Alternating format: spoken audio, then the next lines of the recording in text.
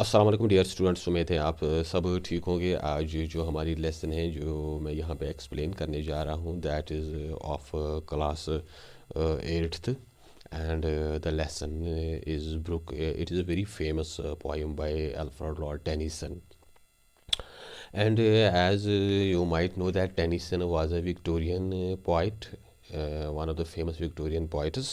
तो Tennyson Victorian poet था। Victorian era एक दौर है इंग्लिश लिटरेचर में जिसमें बहुत सारे जो पोइट्स हैं वो आए हैं। तो टेनिसन भी उनमें था। टेनिसन की बड़ी मशहूर पोइम है यूलिसीज। तो बड़ा मशहूर राइटर था, बड़ा मशहूर शायर था अपने वक्त का। एंड इस और जो हमारा आज का टॉपिक है that is the poem brook. It is also written by Lord Alfred Tennyson.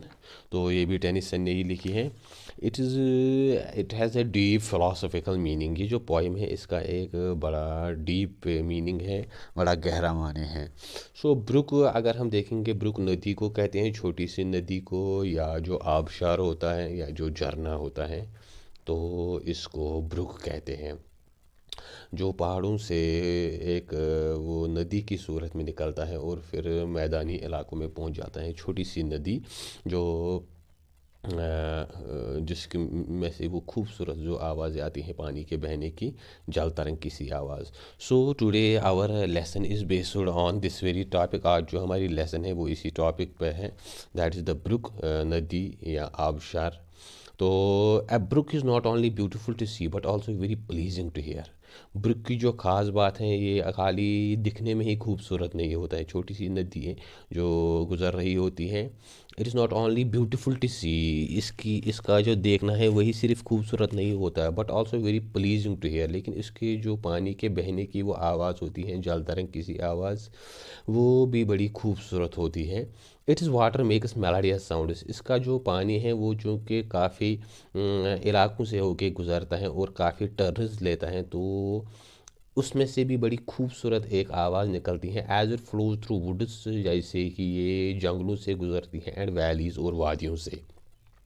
सो जो ब्रुक है ये खाली देखने में ही खूबसूरत नहीं होता बल्कि इसकी जो आवाज़ होती है, इमेजरी जो हमारे दिमाग में पैदा होती है, imagery of sound and imagery of site. एक तो देखने में खूबसूरत कोई चीज़ होती है और दूसरा सुनने में जो खूबसूरत होती है, तो इसकी आवाज़ भी बड़ी खूबसूरत होती है।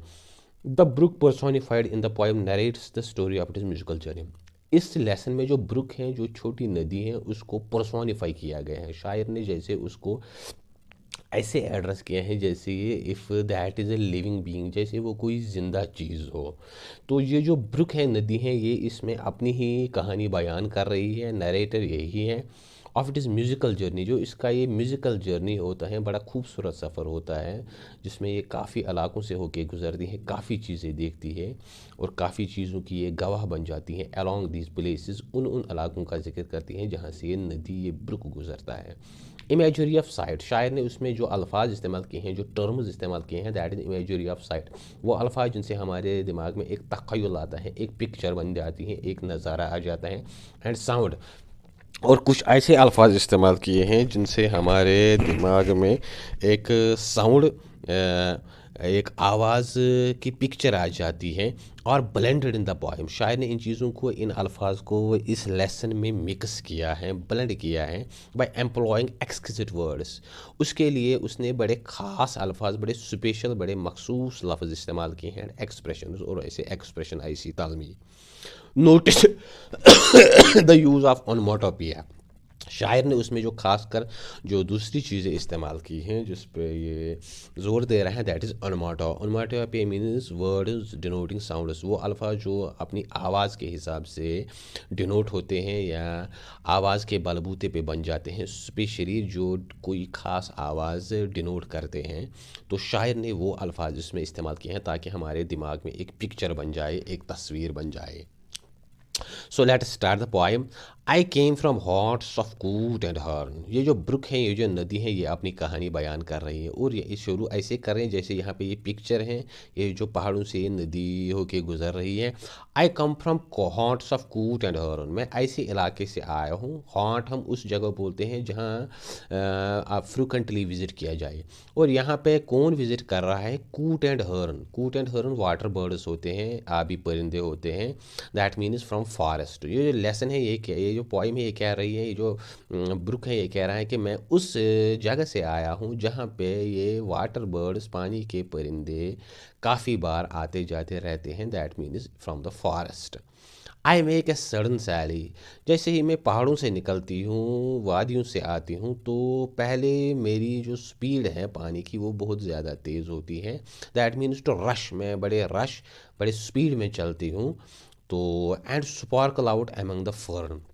और जो मेरा पानी है वो बड़ा चमकीला होता है, सूरज की रोशनी से उसमें एक चमक पैदा होती है। स्पार्कल आउट, उसमें से एक वो शुआएं निकलती हैं, रेस निकलती हैं एमंग द फर्न, जब मैं वो जंगली घास के नीचे से गुजर रही होती हूँ। ये नदी अपनी कहानी बयान कर रही है। To bicker down a valley. और मैं बड़ी तेज़ी से एक वादी से होके गुज़रती हूँ या एक वादी में पहुँच जाती हूँ। जो प्लेन्स होते हैं, पहले ये नदी जो है ये पहाड़ों में शुरू होती हैं फ्रॉम अपर लेवल, बड़ी ऊपर की सतह से आती हैं, जो पहाड़ों की चोटियाँ होती हैं, ऊंचाई से आती हैं। And later it came down into valleys. फिर ये निचले इलाकों में, मैदानी इलाकों में पहुँच जाती हैं। आई बिकर डाउन ए वैली। मैं इस वादी से बड़ी तेज़ी से गुज़र रही होती हूँ और एक पैटरिंग नॉइज़, एक ख़ास आवाज़ इसमें से आती हैं उस वक्त जब ये इन वादियों में से, इन कोहसारों में से गुज़र रही होती है। By 30 hills I Hari down.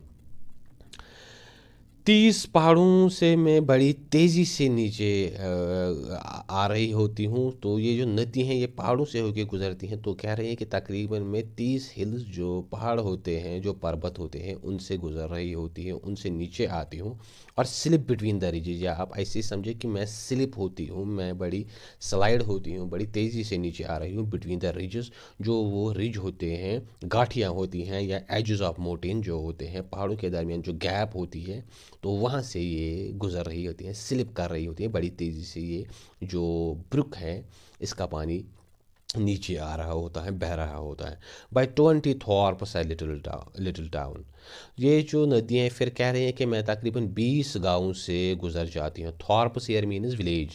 तो 30 गाँव से मैं गुज़र जाती हूँ, 30 देहातों से मैं गुज़र जाती हूँ, मेरा पानी गुज़रता है। A little town. और फाइनली एक छोटा सा एक टाउन है, कस्बा है, वहाँ से भी मैं गुज़र जाती हूँ। And half A 100 bridges. और तकरीबन आधे, half A 100 bridge, that means 15 bridges I cross. तकरीबन मैं 40 ब्रिज क्रॉस करती हूँ, 40 पुल मेरे ऊपर से जाते हैं जिनको मैं क्रॉस कर जाती हूँ। Till lost by Philip's farm I flow. आखिरकार मैं, फिलिप कोई नाम कोई बंदा है, उसका जो फॉरम है, उसका जो खेत है, वहाँ से गुज़र जाती हूँ। आई फ्लो में वहाँ से भी जाती हूँ। ये जो ब्रुक है, ये इसमें अपनी कहानी बयान कर रहे हैं फ्रॉम बिगिनिंग टू एंड, शुरू से एंड तक। To join the brimming river, क्योंकि मेरा जो मकसद होता है, मेरा जो ड्रीम होता है, मेरा जो सपना होता है कि मैं कब उस दरिया में मिल जाऊं जो फुल अप टू ब्रिम, बराबर जो किनारों तक फुल हैं, जो पानी से भरा होता है, उसमें मिलना, उसमें ऐड होना या उसमें मिक्स होना मेरा मकसद होता है। क्योंकि मैं इसी वजह से इतनी तेज़ी से बह रही होती हूँ, because I have the dream to. For men may come and men में go but I go on for ever. ये जो दो ये जो एक स्टंजा है, तो शायर इसको बार बार यहाँ पे रिपीट कर रहा है, इसमें इसकी रेफरेन है। शायर यहाँ पे जो रिवर को वो एक परमानेंस देता है, एंड जो इंसान है, ह्यूमन बीइंग है, उसको वो मॉटल के तौर पर पेश करता है। क्योंकि for men may come and men में गो, इंसान तो आएंगे, इंसान जाएंगे। जब से दुनिया बनी है, कितने इंसान आए हैं और कितने गए हैं, but I go on for ever. लेकिन ये जो दरिया है, ये अपने आप को as permanent, as ever lasting पेश करता है। क्योंकि जब से दुनिया बनी है तब से ही चले आए हैं, लेकिन इंसान आता है, 50-60 साल गुजार के चला जाता है। तो ये जो दो लाइन्स हैं, ये रेफरेन है, ये यहाँ पे बार बार आप देखें कि आगे भी ये रिपीट होती है। I chatter over stony ways, chatter जैसे वो बच्चों की तरह बातें करना, या जो जानवर वो आवाज़ें निकालते हैं। और स्टोनी वेज, ये जो कंकरों से भरे जो रास्ते हैं, कंकरों से जो भरा इस ब्रुक का जो रास्ता है, यहाँ से ये गुज़रता है। In little sharps and troubles, ये अजीब loud and low sound of music, ये वो अलग अलग किस्म की आवाज़ें निकालता है, जो इसमें के कर्व्स हैं, जो इसके उतार चढ़ाव हैं। So this brook is telling it story, I chatter over stony ways, मैं इन जो स्टोनी रास्तों से, कंकर वाले रास्तों से चैटर करके गुजर जाता हूँ, जैसे वो बातें करके गुजर रहा होता हूँ, आवाज़ें करके गुजर रहा होता हूँ। In little sharps and troubles, वो जो लिटिल छोटे छोटे loud and slow sound of music, वो जो बच्चों की तरह आवाज़ें करता है, जो धीमी कभी तेज़, वो अलग अलग किस्म की आवाज़ें करके निकल जाता है। I bubble into eddying bays, bubble means murmur, bays full of whirlpool, वो जो कहीं कहीं पे जो वर्लपूल टाइप बन जाते हैं, जहाँ वो पानी जमा होता है और फिर एक साइड से वो निकल जाता है इन ए सॉर्ट ऑफ वर्लपूल, मैं उसमें बबल कर जाता हूँ, उसमें मरपर कर जाता हूँ। उसमें वो उसके जो वो बबल बन जाते हैं। I babble on the pebbles, I babble means I murmur on the pebbles, इन कंकरों से गुजरते वक्त मैं वो मरमर करता हूँ, जैसे वो कानाफूसी करता हूँ, बातें करता हूँ। बबल हेयर मीन्स जो ऊपर वाला बबल है, दैट मीन्स बबल, जो बबल बनते हैं पानी के बबूले। और ये जो बैबल हैं, babble here means murmur. With many a curve my banks I fruit, मैं काफ़ी सारे कर्व्स बदलता हूँ, काफ़ी सारे मोड़ लेता हूँ, यू टर्न्स लेता हूँ। My banks I fret, by many a field and fallow, मैं थक जाता हूँ। वेयर अवे, इतने ज़्यादा मैं रास्ते बदलता हूँ। By many a field and fallow, मैं काफ़ी वो फील्ड्स खेतों से गुजर जाता हूँ। And fallow, fallow means unploughed land, वो ज़मीन जो अनप्लाउड हो, जिस पे हल ना चलाया गया हो, जो ऐसे ही बेकार पड़ी हो, जैसे सावन्नास होते हैं। And many a for fairy foreland set, और मैं ऐसे इलाकों से भी गुजर जाता हूँ जैसे वो फेरी लैंड हो, परियों का घर हो, परिस्तान हो, तो ऐसा भी नज़ारा वहाँ पे सेट हो जाता है, बन जाता है। ऐसे खूबसूरत इलाके होते हैं जैसे परियों का घर हो, परियों की रहने की जगह हो, परिस्तान हो।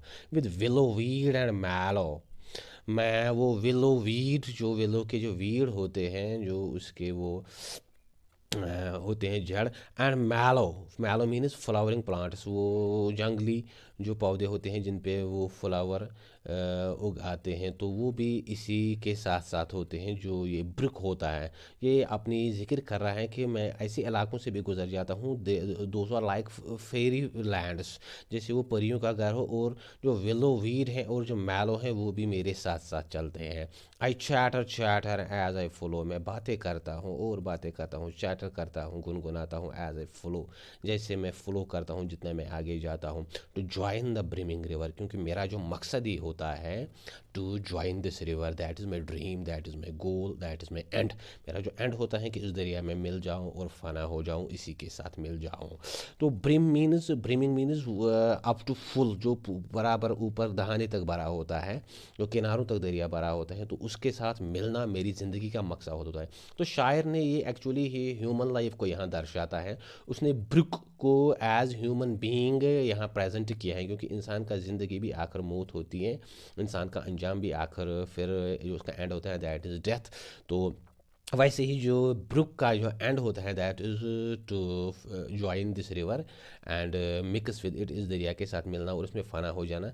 फिर उसके बाद हम इसको अलग नहीं कर सकते, इसी के साथ ये मिल जाता है। For men may come and men में go, but I go on for ever, इंसान तो आएंगे, इंसान जाएंगे, कितने इंसान आए, कितने चले गए, कितने पैदा हुए, कितने मर गए, जब से ये दुनिया बनी है और जब तक ये चलती जाएगी, जब तक up to the doomsday, जब तक क़यामत ना आ जाएगी। For men but I go on for ever, लेकिन मैं हमेशा ऐसे ही चलता रहूँगा।